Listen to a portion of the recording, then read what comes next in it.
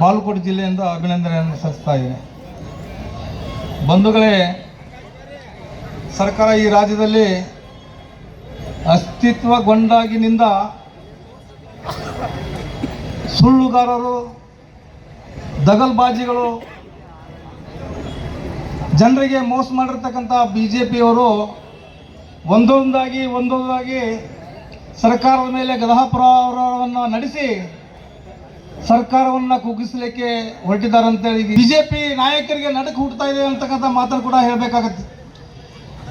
ಈ ರಾಜ್ಯದಲ್ಲಿ RB ತಿಮ್ಮಾಪುರ ಸಾಹೇಬರು, HC ಮಹದೇವಪ್ಪ ಅವರು, ಸತೀಶ್ ಜಾರಕಿಹೊಳಿ ಅವರು ಮತ್ತು ಜಮೀರ್ ಅಹ್ಮದ್ ಖಾನ್ ಅವರು, ಬಹುಶಃ ಈ 4 ಹುಲಿಗಳು ಸಿದ್ದರಾಮಯ್ಯ ಪರವಾಗಿ ಇದ್ದಾರೆ ಅಂತಕ್ಕಂಥ ಮಾತನ್ನು ಕೂಡ ನಾವು ಈ BJP ಅವ್ರಿಗೆ ಹೇಳಬೇಕಾಗತ್ತೆ.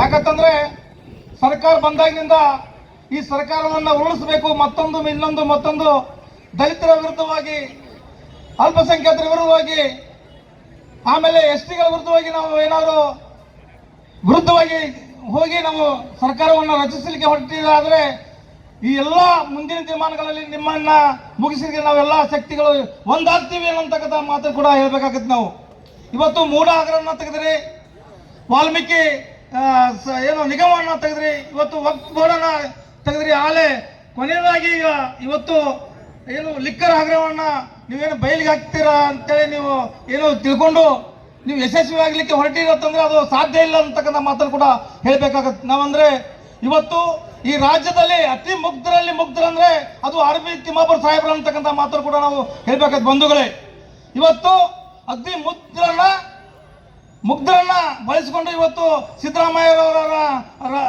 ಸರ್ಕಾರವನ್ನು ಬೀಳಿಸಲಿಕ್ಕೆ